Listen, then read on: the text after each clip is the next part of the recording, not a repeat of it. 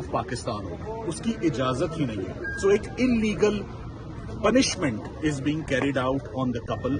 उनकी आंख की कंडीशन बड़ी कॉम्प्लिकेटेड इस वक्त हुई है, अलार्मिंग और बड़ी कंसर्निंग है। सो अदालत से सबसे पहले ये इस्तदा है, अदालत चाह ये रही थी कि नैब की जो ऑफर है वो हम कबूल करें और हम मेन अपील आर्ग्यू करना शुरू कर दें। और जज साहब का ये कहना था कि अगर हम रोज के हिसाब से भी इस अपील को सुनना शुरू करते हैं तो 10 दिनों के अंदर अंदर अपील का आप फैसला ले लें। जिस पर हमारे दलाइल ये थे कि जब आप खुद कह रहे हैं कि 10 दिन के अंदर अंदर फैसला हो सकता है, 10 दिनों के अंदर क्या ये इलीगल पनिशमेंट कंटिन्यू करे जो अडयाला जेल में दी जा रही है, सॉलिटरी कन्फाइनमेंट, क्या आंख की कॉम्प्लिकेशन मियां बीवी दोनों की जो कि इत्तेफाक नहीं हो सकता, क्या उसकी तफ्तीश होना जरूरी नहीं है। सो आज बड़े कंसर्निंग, शॉकिंग और अलार्मिंग बातें बेंच को बताई गई हैं। बेंच उसके बाद मेरे ख्याल में सोचने पर मजबूर हो गया है कि हमें क्या रिलीफ है जो वो दें।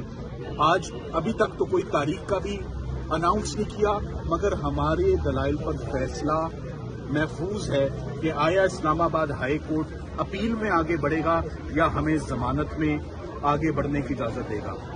हमारी उनसे यही दरखास्त है कि आप सब लोगों को बुलाएं, आप अमाइकस अपॉइंट करें, न्यूट्रल वकला को आप बुलाएं और उनसे पूछें कि क्या सॉलिटरी कन्फाइनमेंट देना नैब के जुर्म में एडिंग और अबेटिंग में बुशरा इमरान को, एक खातून को 15 महीने हो गए उनकी जमानत नहीं सुनी जा रही, क्या ये अंडर द सर्कमस्टांसेस जस्टिफाइड है, क्या ये इनह्यूमेन ट्रीटमेंट नहीं है, क्या ये गैर इंसानी सलूक नहीं है। इस पर आप न्यूट्रल, इंडिपेंडेंट तीसरी राय आप मुल्क के माहिर जो कानूनी माहिर हैं, अमाइकस क्यूरीज आप अपॉइंट करें, उन्हें बुलाएं, उनको सुनें, जेल वालों को बुलाएं, तमाम रिकॉर्ड बुलवाएं और फिर आप जो हुक्म करेंगे।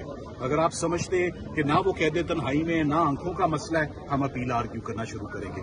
मगर अगर ये दोनों इश्यूज कंटिन्यू कर रहे हैं तो मेरी लीगल इंस्ट्रक्शंस ये हैं, जो कि बहैसियत वकील भी एज ए प्रोफेशनल लॉयर मैंने फाजिल जज साहिबान को ये बात कही आज कि जो जुमला मुझे यूज किया जाता है, जो बताया जाता है इमरान खान साहब का, वो एक अमानत होती है, ना उसमें मैंने कभी इजाफा करना है ना उसको मैंने घटाना है। जैसे उन्होंने बताया वैसे ही मैंने आज अदालत के रूबरू वो तमाम जुमले उनके रखे जिस पे अदालत ने अपनी तसल्ली का इजहार किया कि हम यकीन करते हैं जो बात आप लोग एज अ बार आके स्टेट करते हैं। सो अब देखना यह है कि मंडे को आइंदा हफ्ते इस्लामाबाद हाई कोर्ट क्या करती है। इस्लामाबाद हाई कोर्ट को हर सूरत हालात ऐसे हो गए हैं कि उनको जमानतों की एप्लीकेशनें सुननी पड़ेंगी।